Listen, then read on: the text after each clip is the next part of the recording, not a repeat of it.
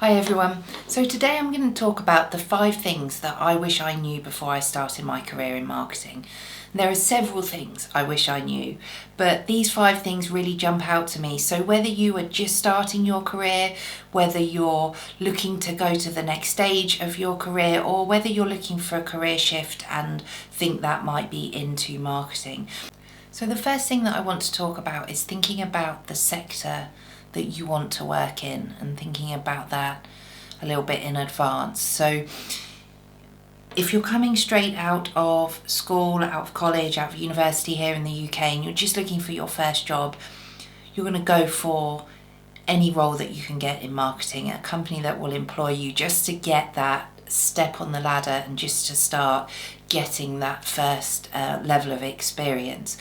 When you come to go for your second role, you've got some skills that you've built up that's on your CV. So assuming you're looking to move into a different organisation, you can easily at that stage of your career shift sectors because you haven't been doing much for very long in anything specific.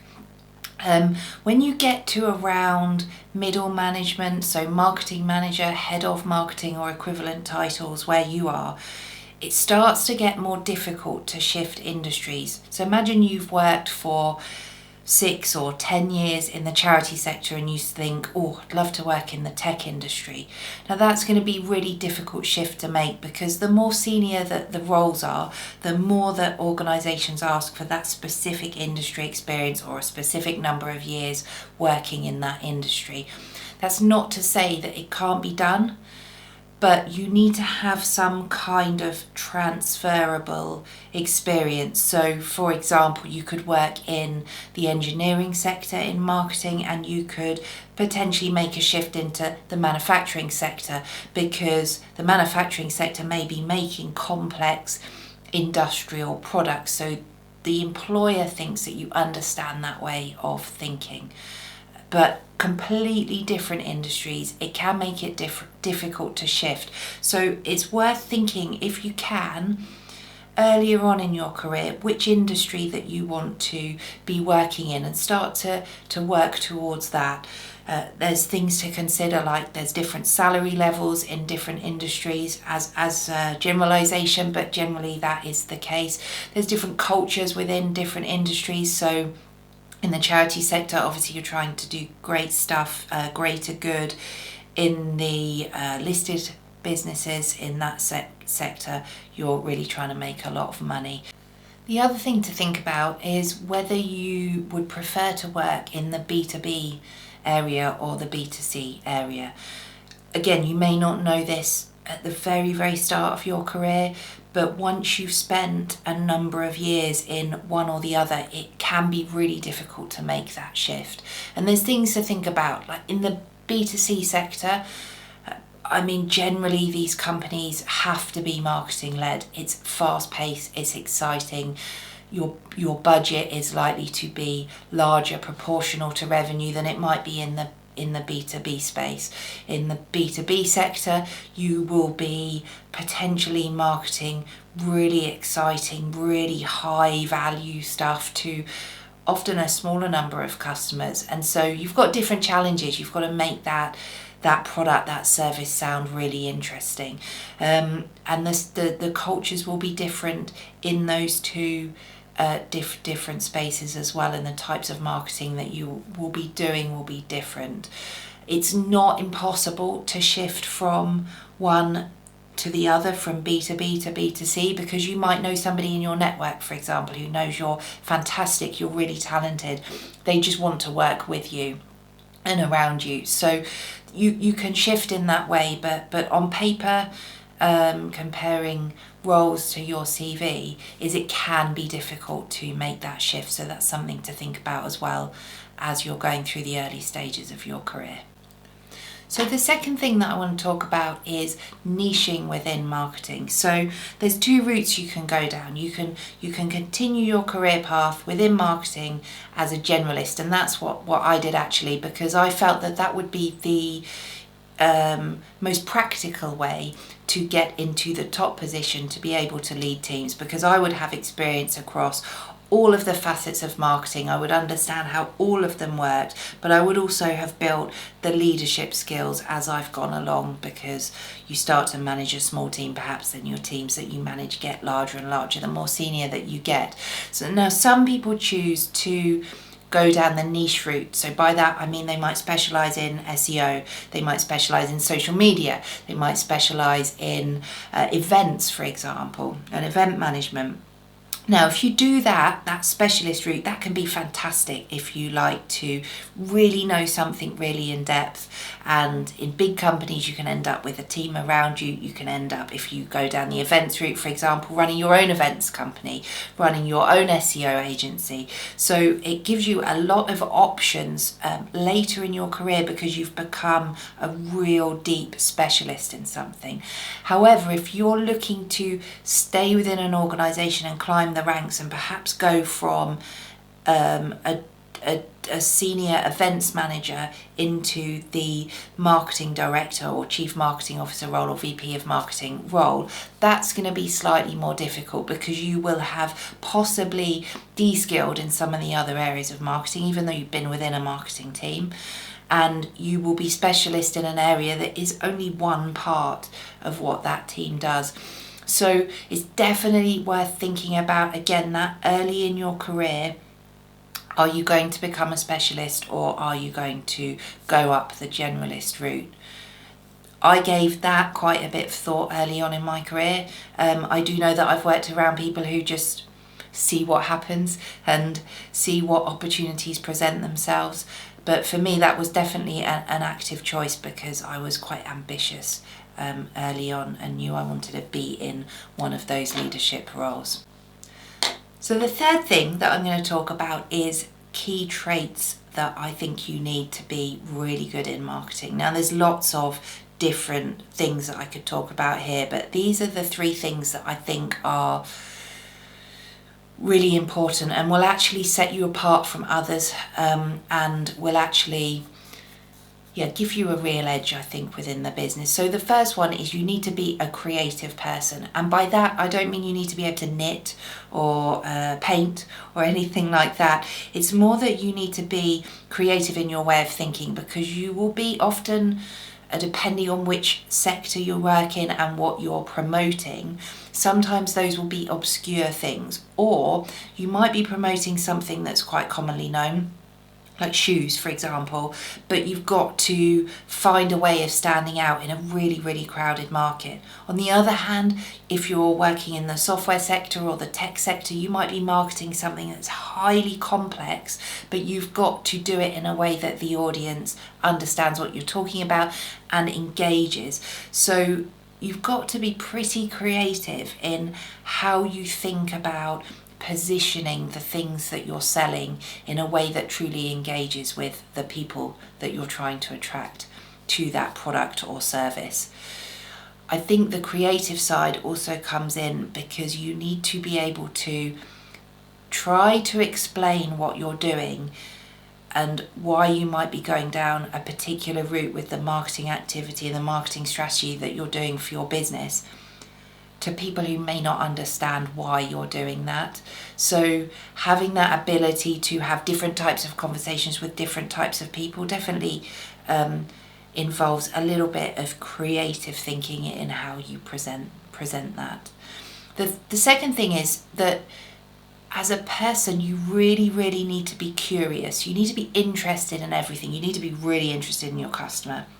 You may also have the remit of internal communications. You need to be really interested in the people that you work with and the people within your business. And you have to be really interested in what it is that you're selling, because it might be something that's really boring. I mean, there are people that have to market bricks for a living. Not that there's anything wrong with that, but how do you do that in a way that's different from somebody else? But you have to find something of interest in what you're selling to be able to do that, to be able to help it to stand out. So yeah, definitely being curious. You need to ask lots of questions, and you also need to know a lot more about the business that you work for than people think you do. And then the third thing I would say is you've got to be a people person, and the two of those things are kind of interrelated. But you need to be a people person, because you're going to have to be explaining to the business why you're making the decisions that you're making. You're going to be in a very busy, tough department, so you need to be able to get on with your colleagues really well. And I know that applies to lots of departments, but it definitely does apply to marketing. You need to be able to go out there and network and attend events and talk to customers and talk to competitors maybe, and understand what's going on in the market. To do that, you've got to get yourself out there. You don't have to be an extrovert, but you do have to be able to go out there and be around people, and you need to have that emotional connection with people. So again, you can take what it is that you're selling and present it to them in a way that resonates with them and that's different and that makes your business and what you're selling stand out in the market. So the fourth thing that I wanted to talk about is that when you have a career in marketing, it can be a little bit harder to get the very top jobs, so the MD role, the CEO role, or even a non-exec director role. And that's because often those roles go to people who've worked in finance. So the finance director, for example, stepping in to be the CEO, and it makes sense in a way. You know, they will be a safe pair of financial hands. Often those top jobs go to the operations director or the chief operating officer, because they are thought to have really deep insights into all of the mechanics of the business. So how everything works, how everything ticks over, and they have a relatively broad remit. Often those top roles can go to sales directors or chief revenue officers or people who have come up that path, because they are thought to have those customer relationships. If the company is looking to grow rapidly, looking for a front of house type CEO, somebody who will go out into the public and win those deals and be front facing, then that might be the type of person that they would put into those roles. So when you come from a marketing trajectory, often it's thought that that's just the only thing that you know, and that's completely untrue. I mean, if you've been on leadership teams or even just been within the business working in marketing, you will have built, if you've done your job really well, you will have built a lot of knowledge about how businesses work, how organisations work, how cultures work. You will be potentially managing a P&L, definitely managing a budget, so you'll have some financial experience, plus all your qualifications that you might have as well. So it's kind of often an unfair judgment, but if you look at the roles and the job adverts for the senior roles that come about, then usually they're looking for somebody who's come up that finance, operations, sales or general management type route. Now that's why as you're going through your career, I'd really advise that you make sure you build really strong networks. You keep those networks close, because that's the way that you will find those top roles if that's where your ambition is, and that's certainly where you'll find your non-exec director roles if that's also what you're looking to do. So it's not a disadvantage to have the experience you've got.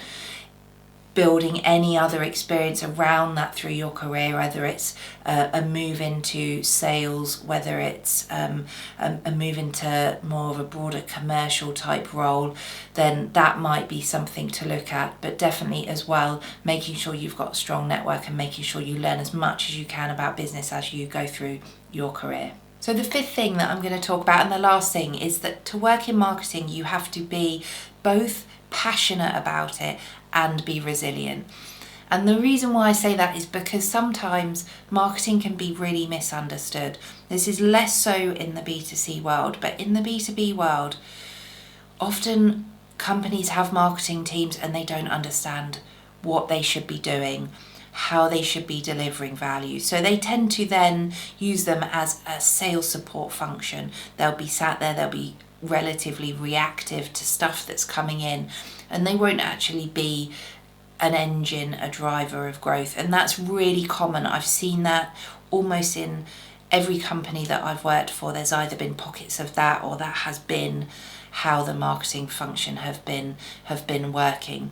So you will often have to spend quite a bit of time explaining how marketing adds value, why it needs to be invested in, and what the outcomes potentially of that will be before you've even proven the outcomes, because often you need the investment before you can prove the outcomes. So it can be quite difficult. It's also an area of the business that is at the spend part of the organisation. Budgets are often can be large in B2C companies. There'll be obviously millions and millions of pounds or dollars. B2B companies, they might be smaller, but they can be huge amounts of money. So you will be on the hook for what's happened to that money, what value have you driven from spending that money, and in some cases, some of your marketing activity, you can't explain that. You can't always explain exactly the money that you spent on the brand to create the audience engagement, whether that has actually worked or not. I mean, there's many nuances around that, but broadly there's areas you can really quantify and you can really show stats, and there's other areas of marketing that it makes it more difficult. So you need to be resilient to be able to have those kind of conversations, sometimes regularly, to help educate people and to help people understand the value of marketing. And I always thought this was strange. When I started my career, I couldn't understand why it seemed to be the department that everybody didn't understand. It's quite clear what finance does. It's quite clear what, say, engineers do. It's quite clear what the facilities team might do. But often people don't understand the value of marketing. So bringing your people skills into it, having those conversations, helping educate people and taking people on a bit of a journey with it, especially leadership teams in some cases. And going back to the point that you have to be passionate, because you have to be resilient, you have to be really passionate about what you're doing. And for me, the way that I always looked at marketing, and still do, is that you have the ability to completely transform a business. As the engine of growth along with sales, you have the ability to completely change the revenue that's coming in, to completely change the number of customers that you have engaging with the business and buying your products and services. That comes from them having a great product, obviously, that's the starting point, and a great service, but it's about you getting it out there and telling people about it. If you can change the trajectory of that company, you can change the lives of the people that work in the business, because their jobs will become more exciting. They may become fuller as the business grows. They may get promotions. They may get a pay rise. So I always saw marketing as having that moral basis for why it's there and the difference that it can make, because ultimately it can turn a business round that isn't functioning that well, or it can grow a business that's already doing really, really well. It has the ability to change the personality of the organisation, both internally and externally, and I think that is a great thing to be able to do. And if you think this is the right career for you, you're going to have a great career, and you're going to have a lot of fun, and you're going to have some tough days, as we all do, and you're going to have to work really, really hard. But you do have an opportunity to make real change for a lot of people. So thank you very much for listening. I hope that was useful. Anything else you'd like me to cover, please do put in the comments below, and I'll see you at the next one.